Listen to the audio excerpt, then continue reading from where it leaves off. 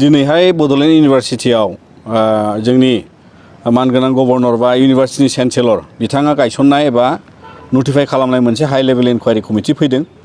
मानोना थांनाय जुलाइ दाननिफ्राय जोङो बावहाय प्रफेसार लाइस्राम लादु सिं बा जाय भाइस चेन्सेलर बिनि हेंथायै जाय केसफ्राव बिथाङा director of vigilance and anti corruption आरोबाव CM स्पेशल भिजिलेन्सआव इनभेस्टिगेसन जानायनि गेजेरजों बिथाङा दायनिगिरि मोनजानानै दिनैहाय हाइकर्टनिफ्राय बेल लानानै दं। दा बिनिखायनो जोङो दाबि दिखांनानै दोन्दोंमोन जे बिथांखौ इउनिभारसिटिनिफ्राय बोखारनांगौ।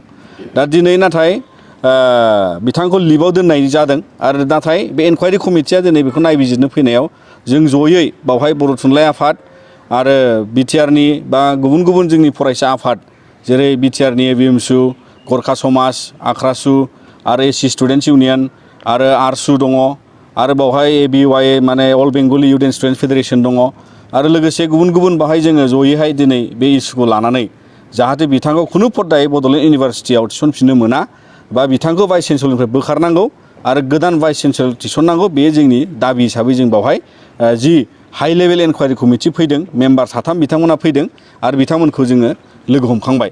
दा बेनि दारै जोङो बेखौनो फोरमायनो लुबैदों जे बेवहाय जि प्रफेसार लाइस्राम लादु सिं बिथाङा जि एलिगेशन्सआव दिनै बे इनकुवारि कमिटियाबो CM भिजिलेन्सनि जेसेबां माने बावहाय एलिगेशन्स दङ बिनि सायावनो बिथांमोना तदन्त खालामदों बा नायबिजिरदों। दा बेखौ लानानै जोङो जोंनि आर'जलाइ बा जोङो जोंनि डिमान्ड बा दाबिखौ जों गथायदों। दा बावहाय गोबां कनस्ट्राक्सन जि खालामदोंमोन इउनिभारसिटिया बावहाय माने गोबां माने बिथाङा इउनिभारसिटिनि फान्ड इउटिलाइज खालामनायाव माने नियम निति सिमफायनानै बा गावनो गोसोबादि बाहायनायनि बावहाय मोनसे नुजाथिनायनि केस दङ। आरो गुबुन मोनसेया जाबाय जे बावहाय जि एपइन्टमेन्ट होदोंमोन फाइनेन्स अफिसार आरो बावहाय गुबुन गुबुन जि एडभार्टाइजमेन्ट बा नियम क्राइटेरिया थानांगौमोन बेखौ बिथाङा मानियालासिनो बावहाय बेबायदि एपइन्टमेन्ट माखासे सोलिदों।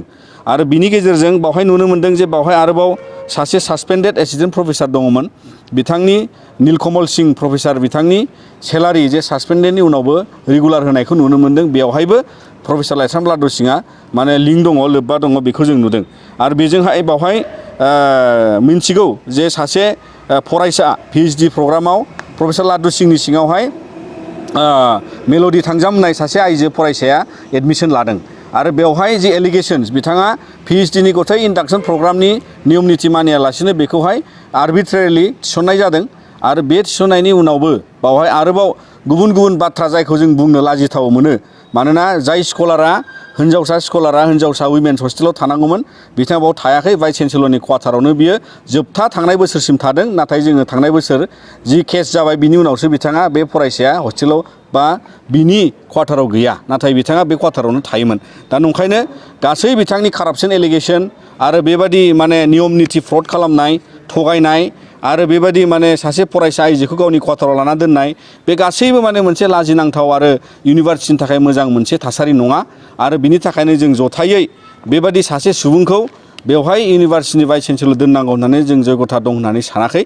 आरो बेखायनो आरोबाव फिन जों आन्दलन खालामनो गोनां दाजाथों बिनि थाखाय जोङो बे इनकुवारि कमिटि बिथांमोनखौ लोगो हमनानै बुंनाय जादों जे ट्रान्सपारेन्टलि बिथांमोना जाहाथे जोङो जि जास्टिस बा जोङो जि इउनिभारसिटिनि मोजांनि थाखाय हास्थायदों बेयो जाफुंनांगौ आरो बे दाबिखौ जोङो लाखिदों। गोजोनथाव खौरां बाजाज बाइक सालायनो मोजां मोनग्राफोरनि थाखाय गोजोनथाव खौरां दावहारु अट' एजेन्सिया बाजाज बाइक सालायनो मोजां मोनग्रा रायजो राजाफोरनो होगासिनो दं इन्डिपेन्डेन्ट डेनि थाखाय ल' डाउन पेमेन्ट आरो इजि एक्सचेन्ज अफार। 1 आगस्तनिफ्राय 15 आगस्तसिम होगासिनो दं क'क्राझार दावहारु अट' एजेन्सिया आरो क'क्राझार जिल्लानि सिङाव थानाय काराइगाव, दतमा आरो बडगावआवबो 3 आगस्टआव फेस्टिभ आउटलेट गोदानै बेखेवनो थांगासिनो दावहारु अट' एजेन्सि बे गोदानै बेखेवनाय ब्रान्च श'रुमआवबो ल' डाउन पेमेन्ट आरो इजि एक्सचेन्ज अफार लानो हागोन। बाइक सालायनायाव हमनो थाखाय हेलमेट बेसेन लायालासे बाइकगिरिया मोननो हागोन आरो सीट कभार्स बेनि अनगायैबो जाय फाइनेन्स लागोन बिथाङा खम डाउन पेमेन्ट होनानै लानो हागोन। बायग्रा ग्राहक सुबुंफ्रा दावहारु अट' एजेन्सियाव बाजाज बाइकखौ बायनो सानोब्ला नैबे मबाइल नम्बर 8822018193 आरो 6300399187 आव थोंजों फोनांजाब खालामनो हागोन।